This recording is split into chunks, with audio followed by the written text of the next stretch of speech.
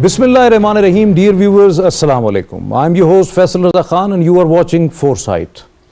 Viewers, according to the American economist Professor Julian Simon, the ultimate resource is the people, especially skilled, spirited and hopeful young people endowed with liberty who will exert their wills and imaginations for their own self, and as inevitably they will benefit the rest of us as well.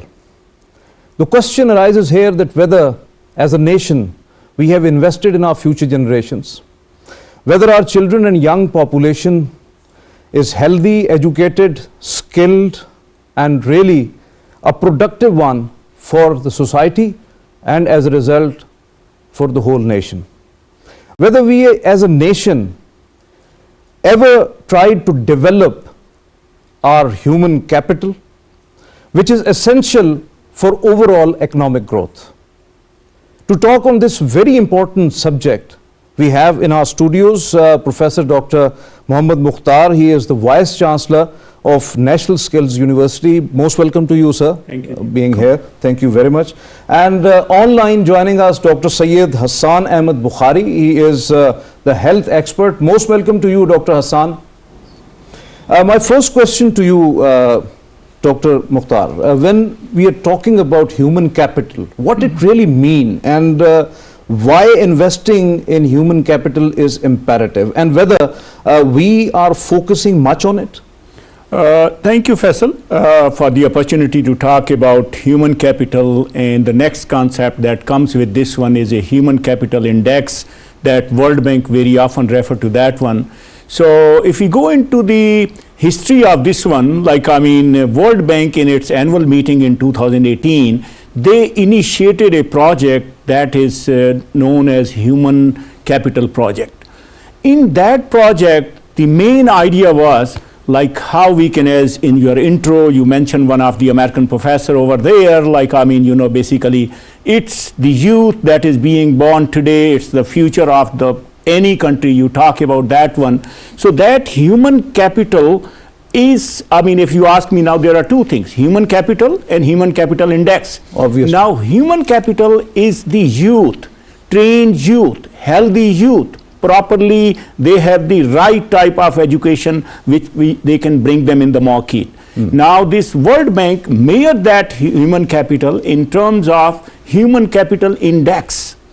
That what it means, it's a this idea of human capital index come in a way through this project, like every child born on this earth should be having equal opportunity to excel in their life. Obviously. So that was the idea. Then it moves with this one, like imagine a child is born today, like that child will be having good nourishment. So when he or she go to school, is a healthy child. Now the next is the schooling step. So in the school, there should be a good type of education, good teacher, the education should align with the market demands, and then once that child is completing the education, so it get the right type of job. So it's a integrated setup. So all these three things, they come together and they form, health is there, growth is there, education is there, good type of education is there, and their placement in the society to be a productive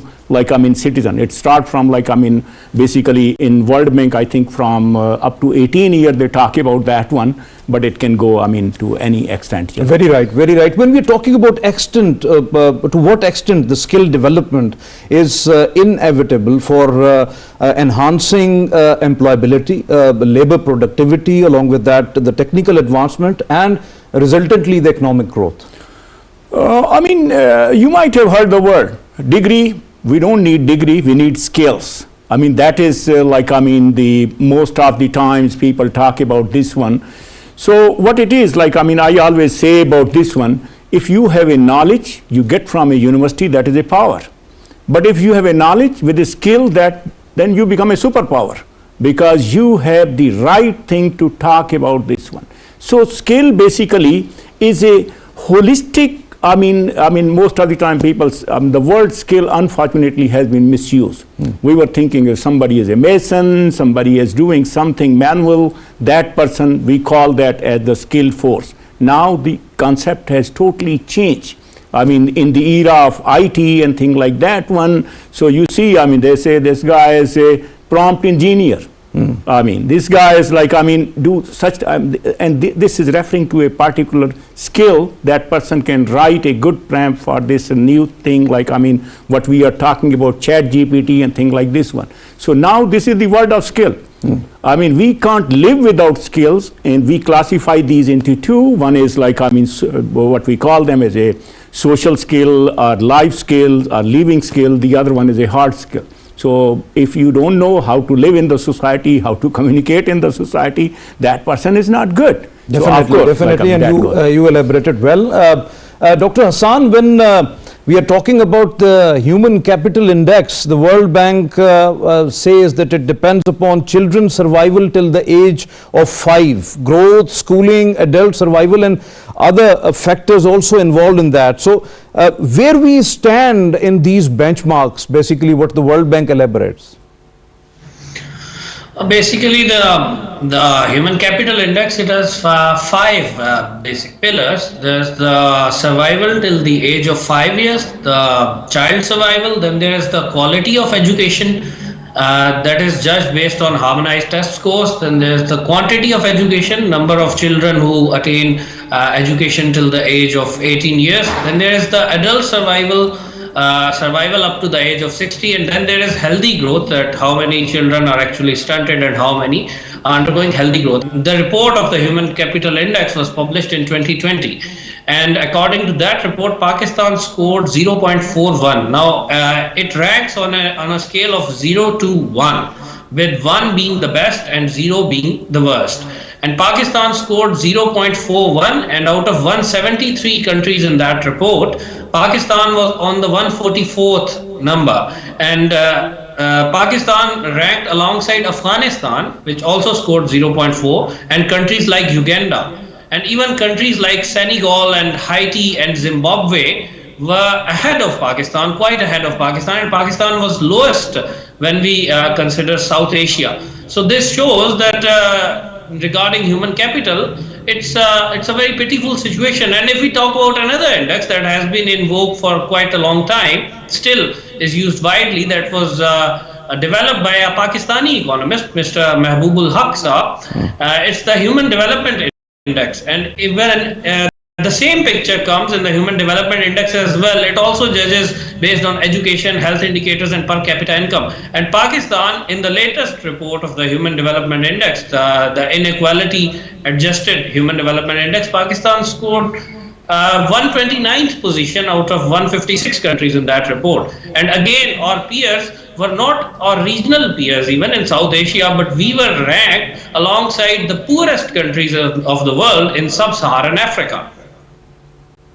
Your point well taken, Dr. Hassan. Dr. Mukhtar, when we are talking about development of the human resource, and it is inevitable right now in the era of technology that we have to go for the high-tech education, we have to avail the skill development through cutting-edge technologies, along with that grab the space which is there in the most modern knowledge-based market economy. So how do you see, how do you, because it is your area, it is your baby, you are working quite efficiently in that. So how you elaborate it? You know, if you allow me, I can, like, I mean, my colleague, like, he mentioned that Pakistan scored 0.41. That means this is an opportunity for us. It's not, we should not never get disappointed. I always say somebody is talking about in a, like, I mean, we are less or thing like this one.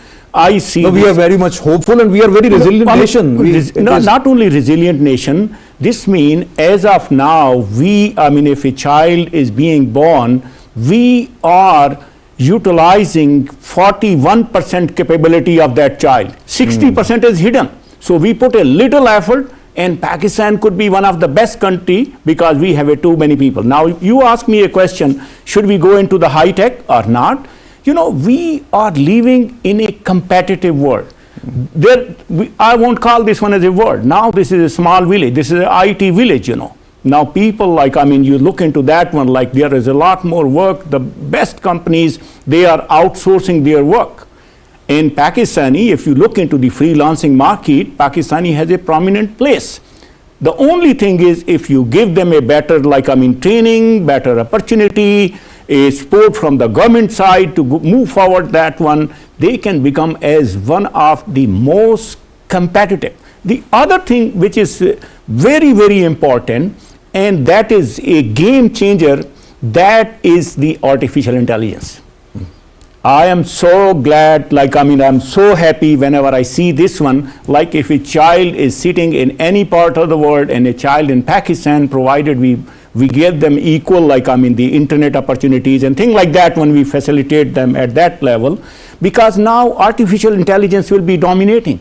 That is the most high tech. All the techs, they will be revolving around that one. Obviously, so yes, they will be going for that one. So that is the reason. So first thing is we have to make every young person, rather every person in Pakistan or in the world should be familiar what data science is, what artificial intelligence is, how it is being utilized. So as you are mentioning that all the techs are revolving around AI and all other technologies right now. That's so right. When we are talking about beside market-based skills, whether any initiative taken to impart various sector-oriented skills to the youth, because we need the people, skilled people in agriculture, in water, in fisheries, in horticulture, textile, like handicrafts, gemstones, and all other sectors. So how do you see that area? Because sector-oriented skills are inevitable for growth in economy.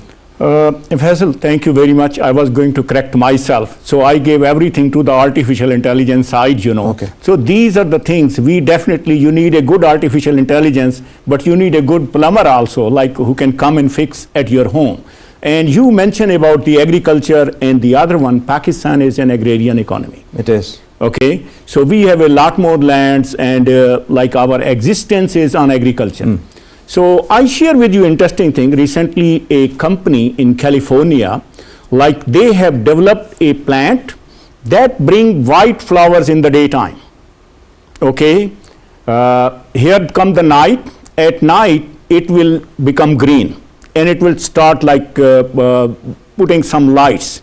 So, that is the fascinating type of things that are coming in the agriculture. Now, that company is, I think, selling that only for the US people. And I was looking at the news, everybody other, even the Brits, they were saying, oh my God, you will be having such a beautiful plant, and how we will have that one. So, all these things tells, so there are a lot more opportunity. Now, aligning with this one, there is another thing, because we have to look into this one, that how science is bringing closer to us. Now, this is this came also in this week, if there is a plant grown in Lahore, and a plant being grown in Bahawalpur, from where I belong, in the desert of that one, the fragrance of that plant will be much better. The pollination mechanism that form the seed, the crop yield over there, that will be much better compared to this one in Lahore, where there is smog, because this smog is impacting all the life, not only humans. We have a close relationship with plants. We live with this. Obviously, we have. So we have to. The thing which I want to connect over here, there is a concept of greening. That is another type of skills that we have to implement in the educational institution. We have to implement our lives. So all these things. It's not of course, the indigenous skills, Pakistan has a specific type of skill which nobody else in the world has. Yes, definitely. Yeah. We have very talented that you mentioned. We have very abundant skills are available here. Dr. Hassan, when we are talking about children health and their education, it is important to mention that some of the reports suggest that 93 out of 100 children born in Pakistan survive to the age of 5. 38 out of 100 or 10.3 million are having stunted growth, having cognitive or physical limitations. To what extent it's true?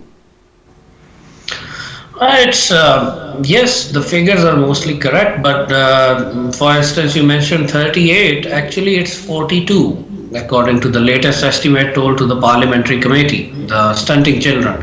And yes, under 5 mortality rate is about 6.7%. It's also among the highest in the world. And if we talk about the neonatal mortality rate, Pakistan ranks 3rd in the world. behind only Lesotho and war-riddled South Sudan. Pakistan's neonatal mortality rate is around 39 per thousand births. It's a very alarming situation, and it shows us that how much work is to be done in these indicators. For instance, the neonatal health, it depends on the maternal health, and it also depends on the health facilities available to the population and the level of health education in the population. Now, if we talk about maternal health, we see that about 42% of women in Pakistan are suffering from a very preventable condition, the iron deficiency anemia. Now, if 42% women are suffering from iron deficiency anemia, it is imminently preventable and treatable, and then as a result, but is not treated. As a result, the neonatal mortality rate is actually matching that percentage. Like we have 42% women have iron deficiency anemia, and then we have 39 per thousand neonatal mortality rate. So this situation shows that we have lagged, especially in the primary healthcare segment of the healthcare systems. First, when we talk about healthcare systems, there are three tiers. There is the primary healthcare system, there is the secondary healthcare system, and then there is the tertiary healthcare system. Now, unfortunately, in Pakistan, the focus on development has been more on flashy projects, especially in the last 30 or 40 years, and not on the grassroots. So as a result, what happens is, let me narrate a very interesting example, that the Sindh government, where 60% in the rural areas children are stunted, and they made a deal about 4.2 billion rupees for 4 robotic surgery setups. Now, robotic surgery is a very obscure branch, it's a very developing branch, and it needs a lot of research, and only a few patients can benefit from that. The patients for robotic surgery are carefully chosen, a very few percentage is chosen even in the United States of America.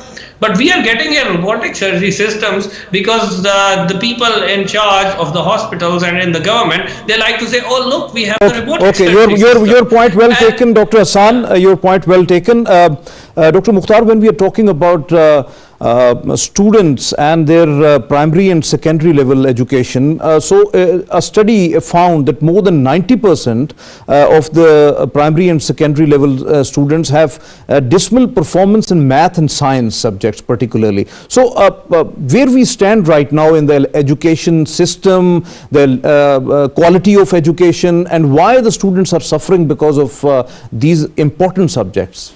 I know this is the issue that we all have to admit, to be honest with you. The basic cause for this one is, like, we don't have a good trained teacher. And there is no, now I think Ministry of Federal Education and Professional Training is implementing such type of program even for the primary, middle and higher level, how we can bring this, the latest IT into their training, teaching.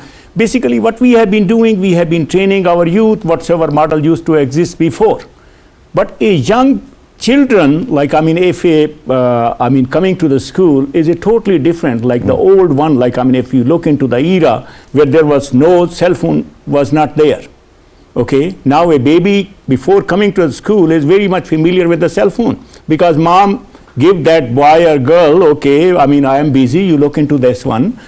So, initially, in the old days, without phone, that child was getting a homogeneous type of education, and then comes into the fascinating world and move with this one.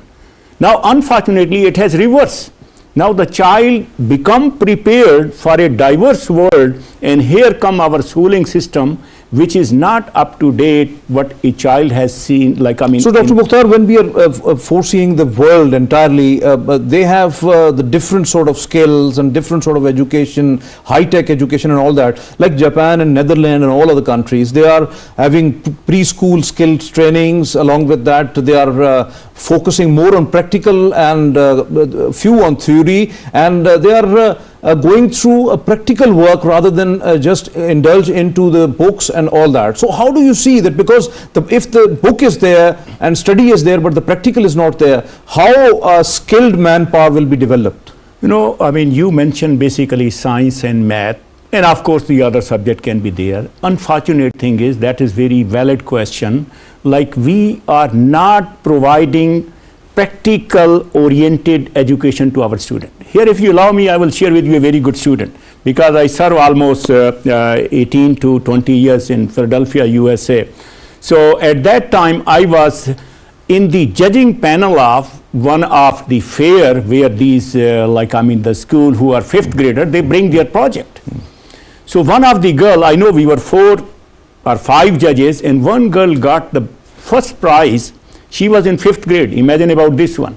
So she was having a bunny, and she showed, what was her hypothesis, like all these things that the best scientists are doing over here. She was being taught even from very early age how you could be a good scientist.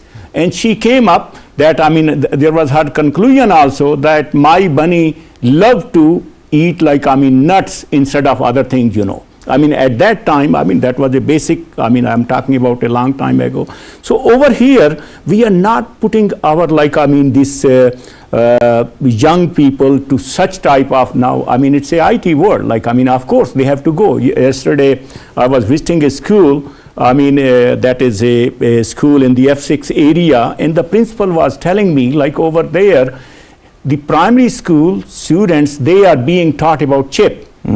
And there is some company which has a collaboration with them. They come over there and they want to tell them because now the world is IT based. There are new things. Beside these traditional skills, traditional training, you would have to go with the new world. That is the only way we can survive. That is the only way we can be best in the world. Thank you very much, Professor Dr. Muhammad Mukhtar, for being here in the studios and well elaborated and very candid thoughts. Thank you very much for your